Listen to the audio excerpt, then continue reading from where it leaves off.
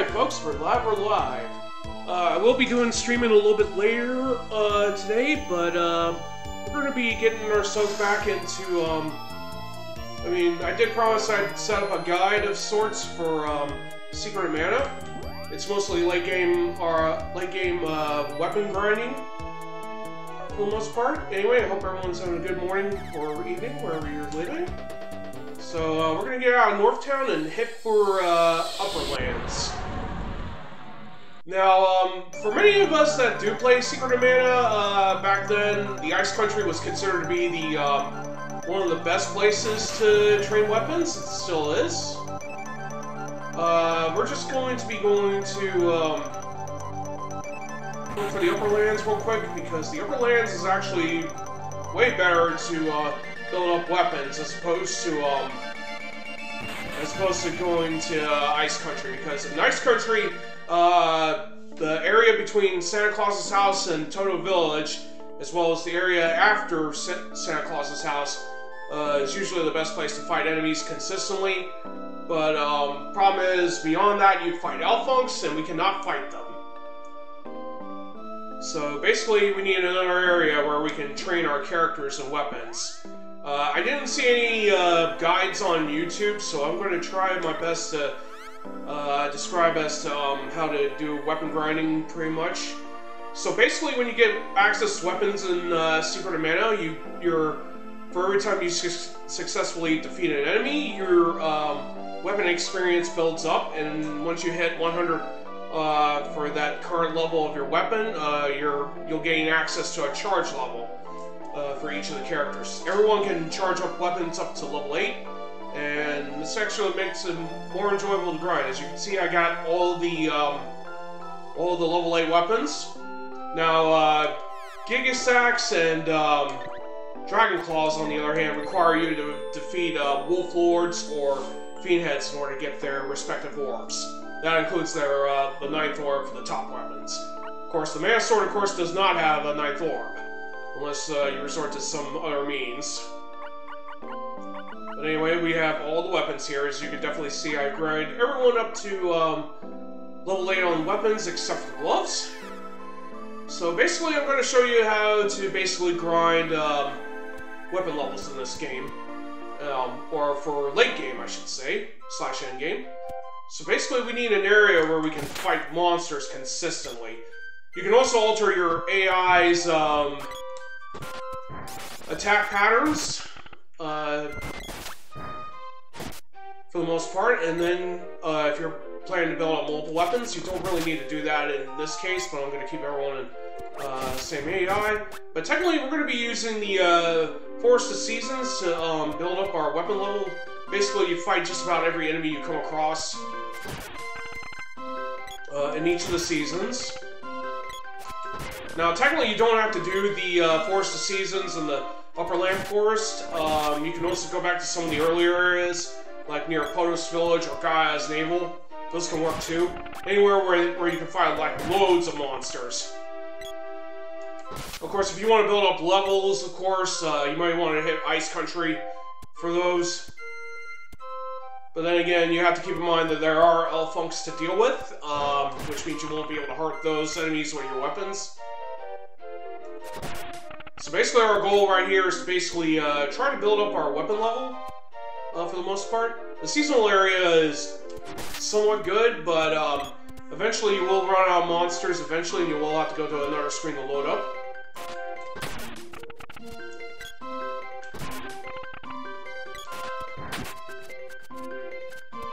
So basically right here, we're just hunting down every monster here. Notice this house can be pretty annoying when they hit you with silence, which inflicts confusion.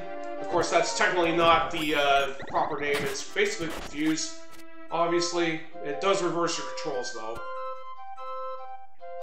It does take quite a bit to get adjusted to those.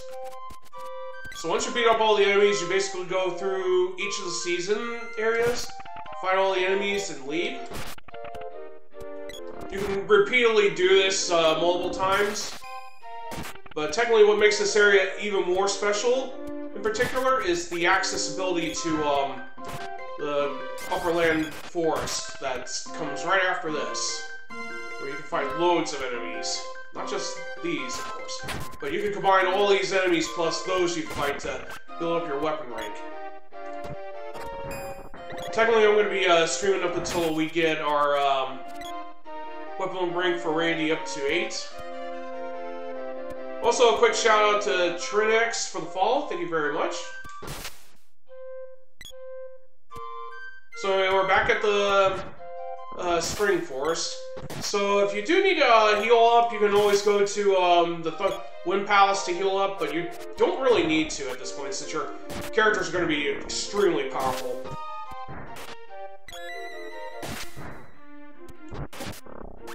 But anyway, if you don't want to be continuing fighting all those enemies here, you can always go down to the main forest here. Just pick fights with crawlers, silktails, nemesis owls, and just about anything you can come across. You don't have to pick up treasures because we don't really need it now at this point.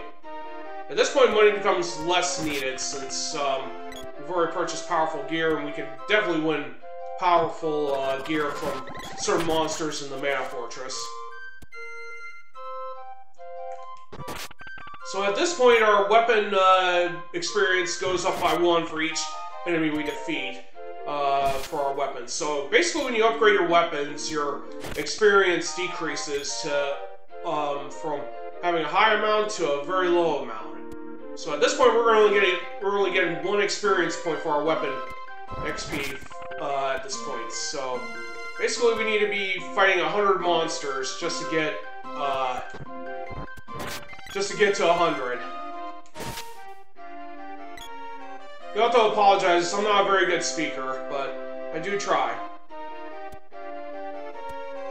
But anyway, let's get out of here. I think we eliminated all the monsters, so we're gonna go continue further into the forest and continue fighting.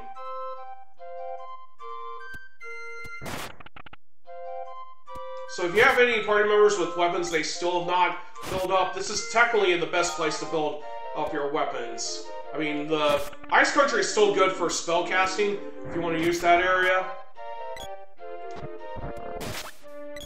But technically any place that you've been to in the past with weaker monsters is probably going to be generally best for any of your weapon building, if you want to get everyone maxed out to 8 on weapons. Now, of course, our AI allies might steal kills here, but we'll just have to keep at it. So by the time we get back to the seasonal forest area, we'll probably have almost past 50 XP on weapon gain. Now, Randy does master weapons faster than the others due to being unable to use magic.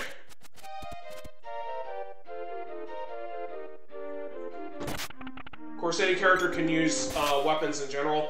Randy's probably the best in physical combat. Prim's actually the more average character, having average stats on fighting and spellcasting. Poppy's probably not the best character for physical combat. Arguably the weakest in terms of strength, but very good on casting attack magic. You still want your characters to be fighting with weapons rather than spells, because you do want to save your spells for boss fights. The only time you should probably train up your magic is pretty much when you're doing upgrading it to the next level after you get a mana seed power, that is. You can probably speed things up by casting moon energy on party members too, if you want to get one-shot eliminations on enemies. So we wiped out all the monsters. We're gonna go temporarily in here. How about that Komodo lizard for no reason at all? Man, remember that don't take out.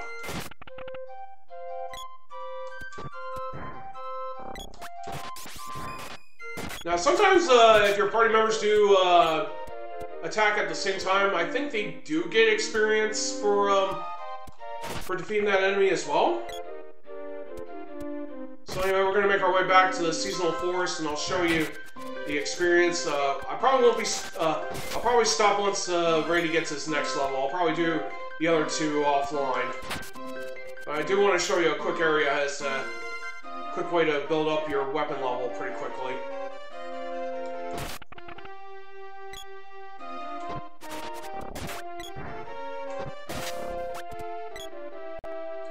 But yeah, make sure you keep moving back and forth and everything, because sometimes more monsters will appear.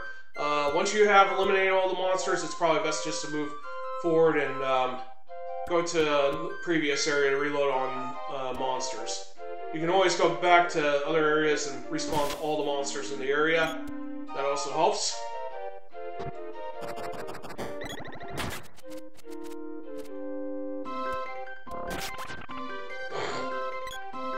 Of course, you can get more information on the Wiki Mana online, so feel free to check that out if you want to learn more about gameplay, weapons, etc.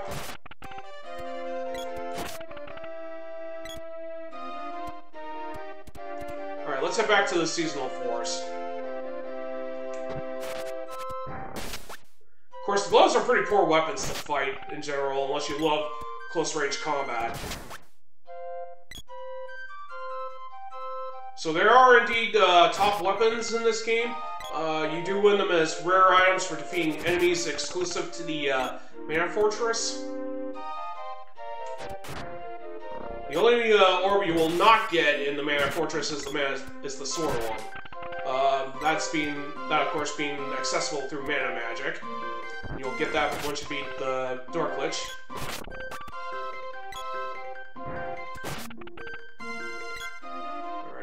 Eliminated all the enemies here, so we're going to go ahead and move back to this area.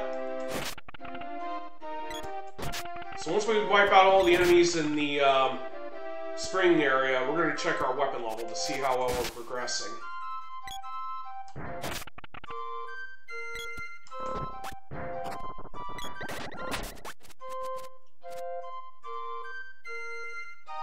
Yeah, my character's confused again.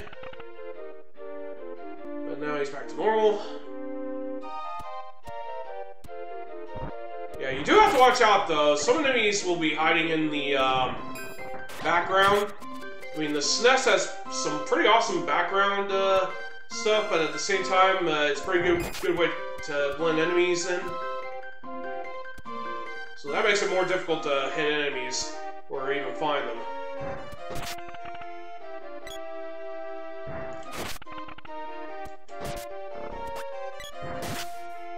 Yeah, that was rather unfortunate. Normally Randy can usually one-shot most of these enemies at this point. So once we wipe out all the enemies in the spring area, we're going to check our weapon level just to show as to how far we've gotten. Now remember, the experience only goes to the party member that defeats the enemy in this case. Yeah, there's more enemies, so we'll need to recircle around this area.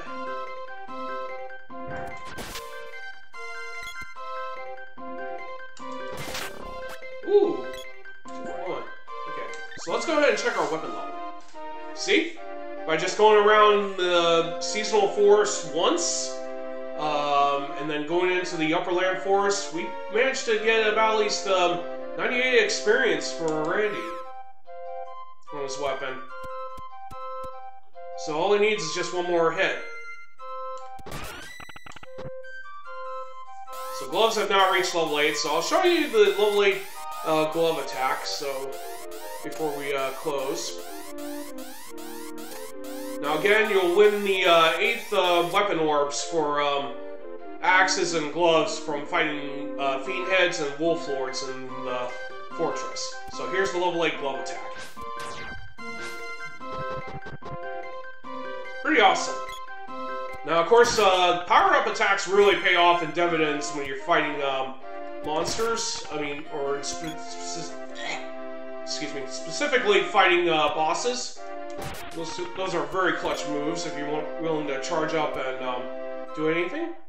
Anyway, I'm going to go ahead and save the game.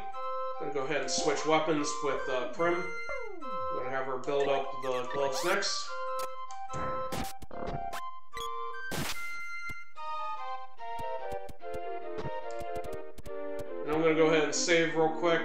because that'll be the end of this guide.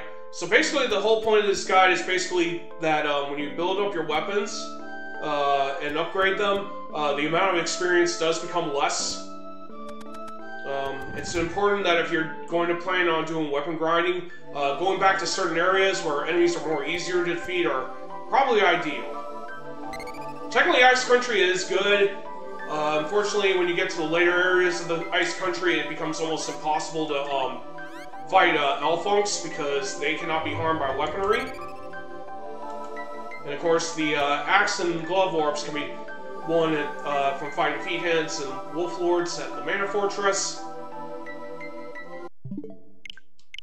So, in other words, if you want to build up your weapon levels and you already have a very high level, the best way to do it is basically just find weaker enemies, defeat them, and just keep repeating the process until you get your weapons up to level 8. And that's going to do it for me. I will highlight this and upload it to YouTube tomorrow. But I will see you all later on for Final Fantasy VI. Pixel Remaster, we're going to get back into playing that game again. I do have a church meeting going on this evening, so that's also another reason why I'm moving the time to 2 instead of 7. My apologies for that, but I will see you all a little bit later on today. Enjoy the rest of your morning. This is RotorStorm331 signing off. Have a great day, take care, and I will see you all next time.